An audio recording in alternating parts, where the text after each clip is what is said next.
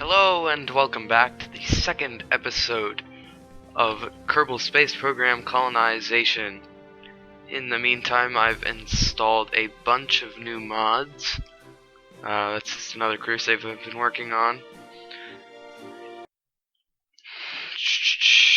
I've updated the mods list, and some, but not all, of this tech tree has been filled out with more stuff. So first of all, I've installed the Interstellar mod, which adds all sorts of stuff that I don't even know what it is.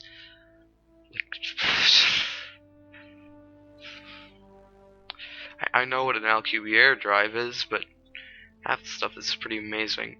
Still, there are a lot of empty nodes, but like hydroponics, recycling, I'm thinking that's something to do with what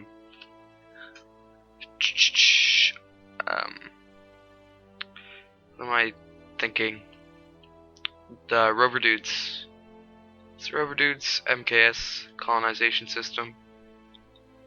Anyway, so we got like the molten salt reactor, we got heat radiators from Interstellar, we got cryogenic engines, we have fusion reactors, we got fission reactors, we have QBR warp drives, we got antimatter, we got fusion power, we have plasma engines.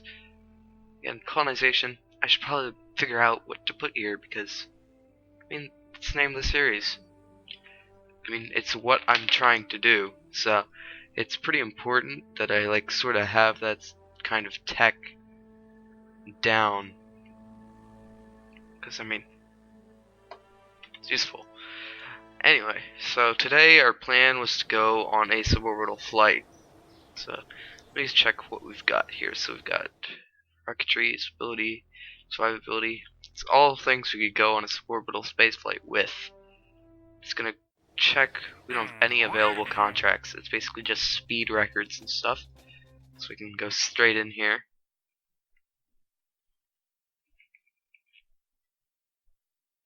Into the VAB. Grab ourselves a command pod and make a pretty standard setup.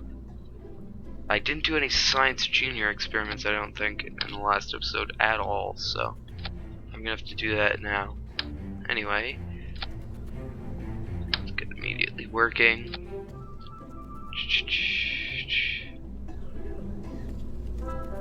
Good. It's all gonna work.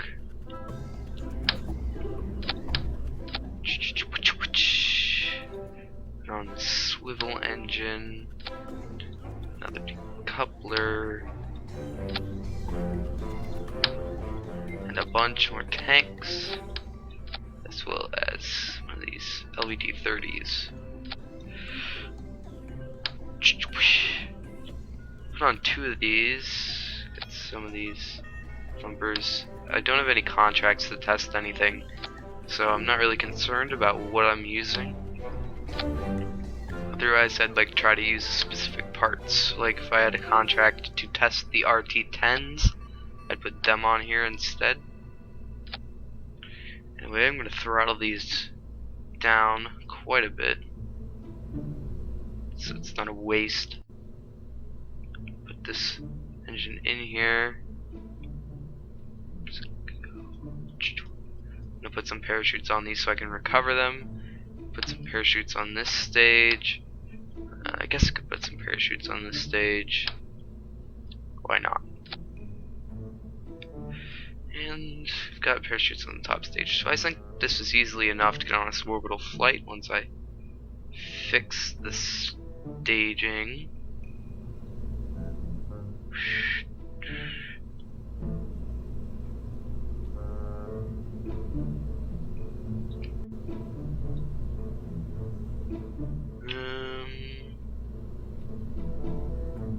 Yeah, I think that should be good. Let's launch this. Vehicle assembly building can't support vessels over 30 parts. Kind of expected that would happen. I just save that over momentarily. And there. So we've just enough funds to do that. I hope this doesn't exceed launch pad limits, because otherwise I'm not going to be able to launch it, because I don't think I have enough funds. Aft is too heavy. Can't support vessels heavier than 18 tons. Then I'm gonna have to ditch these and put on some slightly smaller engines. There. There. And parachutes. Brilliant.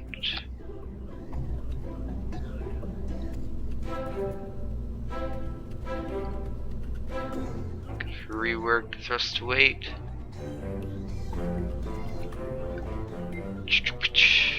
That looks good. Now should launch pad. It's just slightly too big. I need to figure out something that I can take off. I might have to do without these boosters.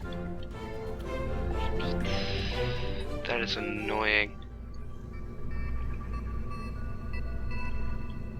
I guess I could take off one of these fuel tanks. That should be enough.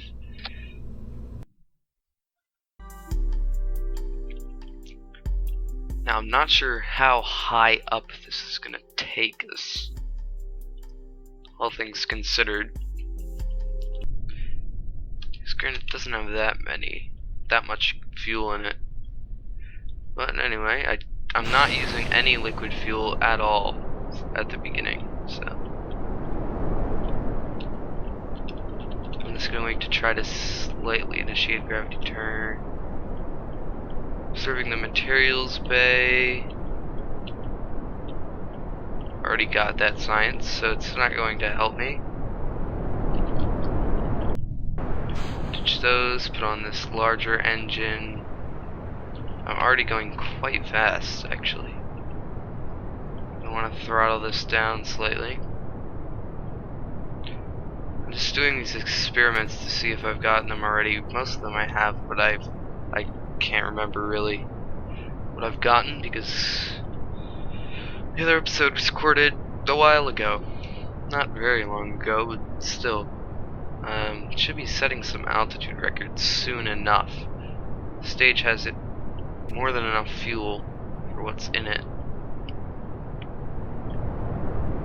I'm just waiting until I can see if I can get into the upper atmosphere. It should be around 20 kilometers. So here. Okay, yeah, I've gotten that from upper atmosphere. Gotten that from upper atmosphere, so really now what I need to do is try to get into space. Just gonna be a little bit tricky. I've gotten some contracts though, which helps, and I've recovered some of those other parts of the spacecraft. Yeah, I should be able to get into space with this. Quickly switched into map mode at the wrong time.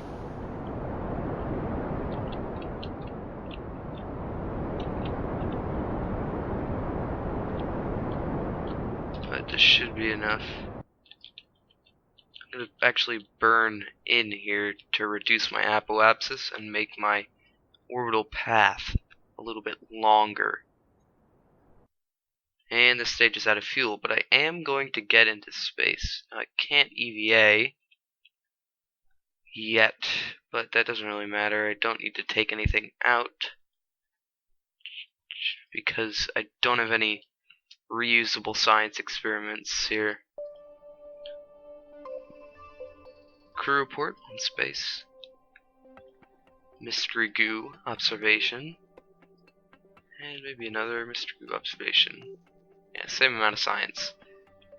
That's pretty much that. I got a lot of contracts for doing that as well. I'm just gonna arc over the planet. And I got a land distance record, which is another contract, which is a significant amount of funds. I wrote my monoprop there for a second.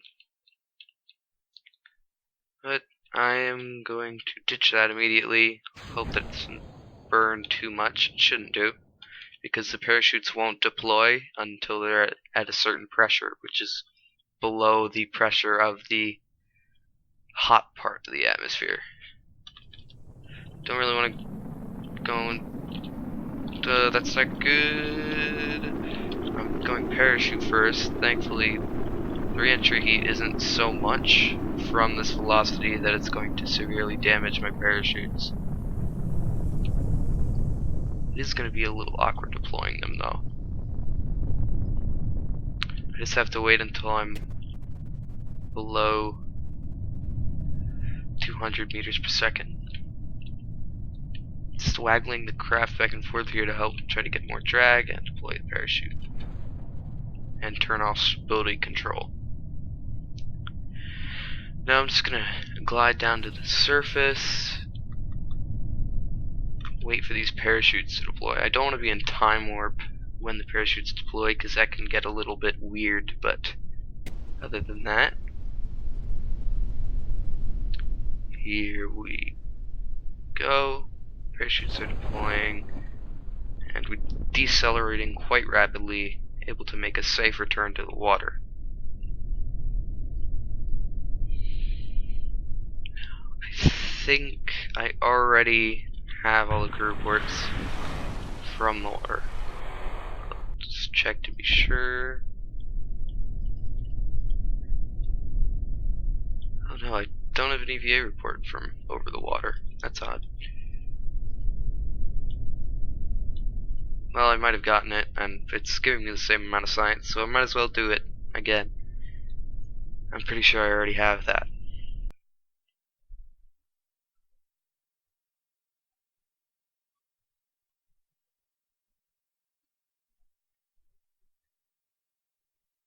So that's a suborbital flight done. We've got 52 science. We got a lot of the funds back from that thanks to stage recovery. We've gotten a ton of funds, which I can now use to upgrade this launch pad, thankfully. A lot of suborbital spaceflight, actually. Visual surveys are also pretty useful. This is actually really good for this. I could get the visual survey and the jet engines. So if I quickly go over here and get the aviation tech, I can make jets, which will allow me to test this engine on the runway and perform visual surveys. Now, at max contracts, but anyway, I can just upgrade that. Now, hopefully, this won't be like really far away. We have it on the map screen. No, it's not too far away. It's actually pretty handy.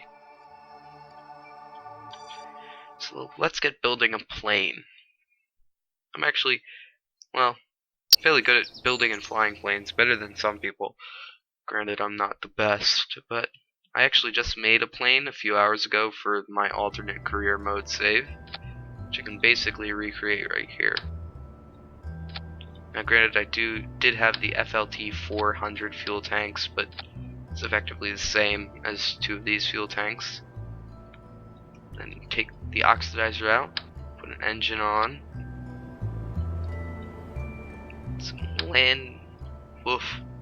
put some landing gears on the side. Oof, that's not quite right. There. Put a landing gear on the front. There. And then the aerodynamics. Put a tail fin with disabled pitch and then some swept wings. Quickly pull up our indicators. Get it right into the center of mass. And put elevons on the side. That is basically the entire thing. Granted, this is going to be less efficient because the other plane I had already gotten the thermometers, but so that'll be it. I think this is enough science on this.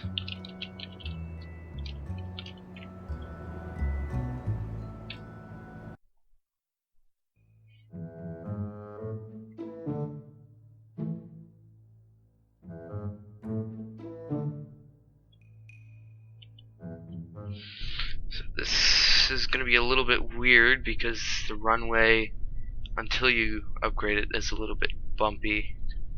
But that should get that contract done. And I just realized I forgot to put an air intake on. That's a rookie mistake. But it's something that I managed to do a lot for some reason.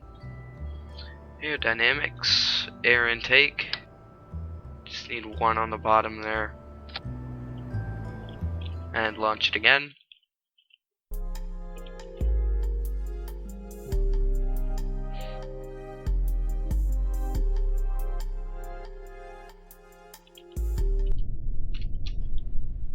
That completes that contract. It's 4,500. It's not a lot, but whatever. Hard part is accelerating enough on this bumpy runway to take off, but it's not too bad. I know that the general direction of this marker is to the west, so I'm going to head over there.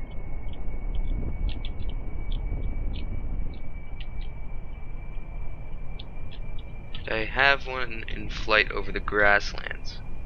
I'm just going to quickly activate my navigation to set a navigation marker there. Looks like I'm going to be flying over the mountains, which should be interesting. It should let me get some interesting goo things. I'm just waiting for the biomes to switch here so I can activate my materials bay, but it's only flying at Kerbin, and I think the same thing for these goo containers. So unless you're on the ground, it'll just say flying at Kerbin. It won't. It's not like the temperature scans, which vary with biome. Anyway, just quick saving here while I'm away.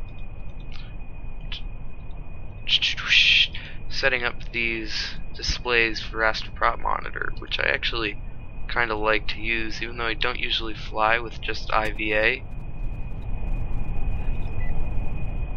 Here, this also gives a readout of your surface speed, which is useful. So just heading towards this marker, and I'm going to have to go a little bit higher just so I can clear these mountains. And that should be fine. Putting on time warp here just because I want to get there a little bit faster, and it shouldn't be too much of a problem.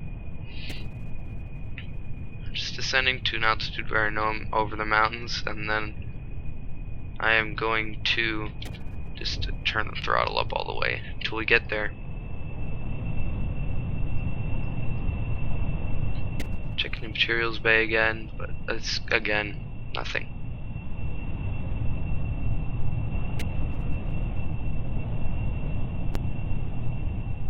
It's a nice tranquil flight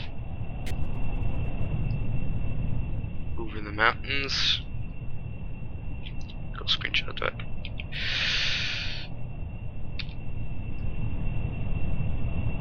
So these are actually pretty quick. Actually, already a third of the way there, so this shouldn't be too long a flight. I'll probably end up accelerating this anyway, just because I don't want it to be too long in the end.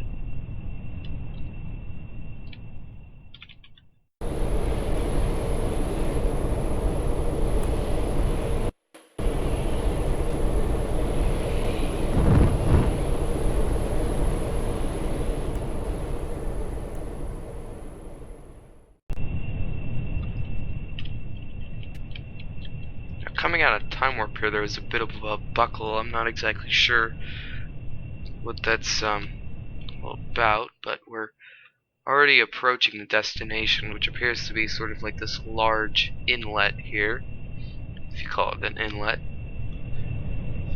Still checking these materials bay experiments. Now I'm probably going to try to land this on the ground and wheel it up to some of the highland areas just so I can do experiments. Like, here could be a good place to do that, or even just here. I'm putting back on time warp, only up to 3x now because we're actually pretty close. If you look at the map here, we're rapidly approaching our destination.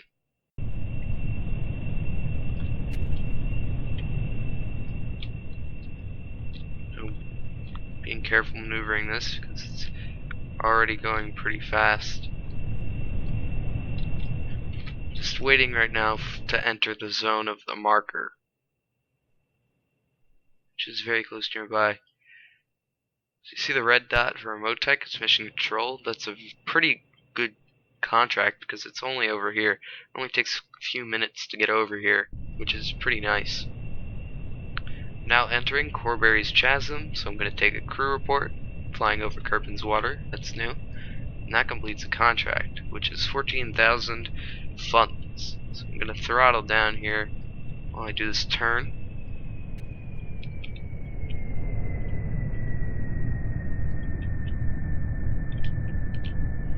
Just waiting now. I'm ending up going down pretty quickly here, just because we don't have enough wing area to maintain vertical speed while I'm banked this much. But it doesn't matter because I need to go down a lot lower anyway if I want to land. Here I'm intentionally pitching the nose downward and completely killing the throttle because I'm going to end up picking up quite a lot of speed from this that I'm probably not even going to need.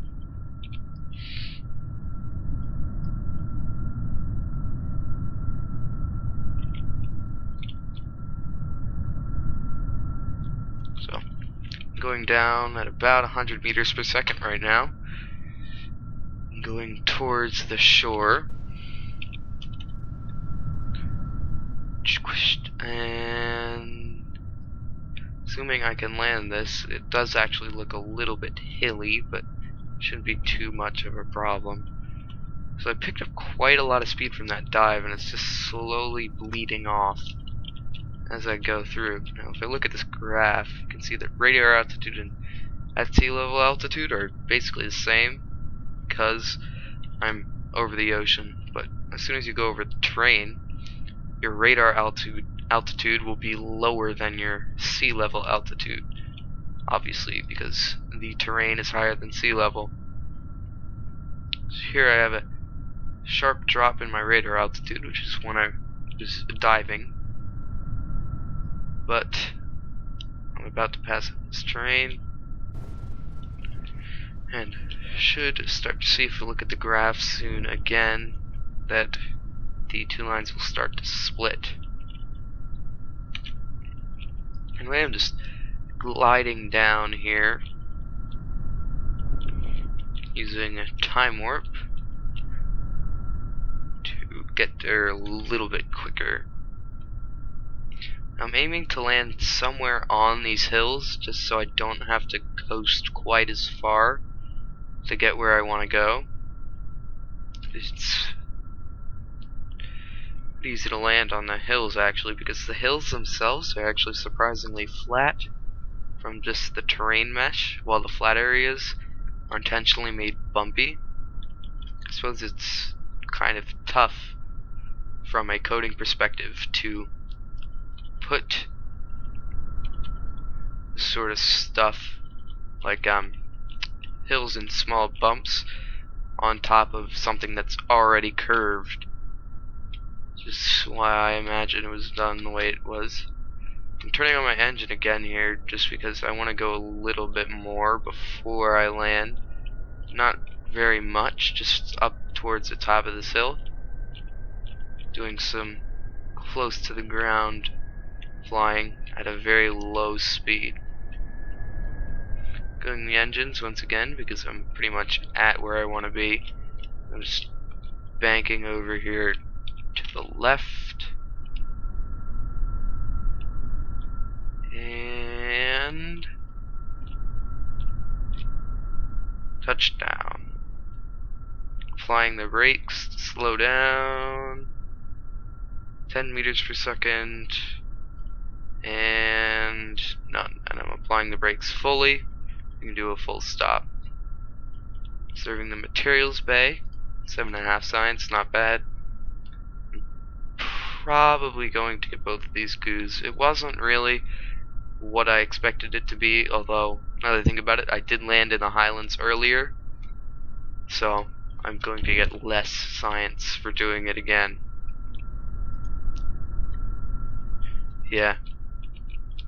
So, not the best, but I did get a contract done, and that's really what is important, so I can keep getting some cash. And this plane, at the end of it, will cost me very little. The only cost I'm really going to have is the fuel, because assuming I land this back at the runway, it's going to get 100% value for recovery. Nice shot of the moon in the background. And flying over the mountains to go back to the KSC. But seeing as we've completed the successful plane mission, I'm going to stop this episode here. I hope you enjoyed it, and I'll see you next time.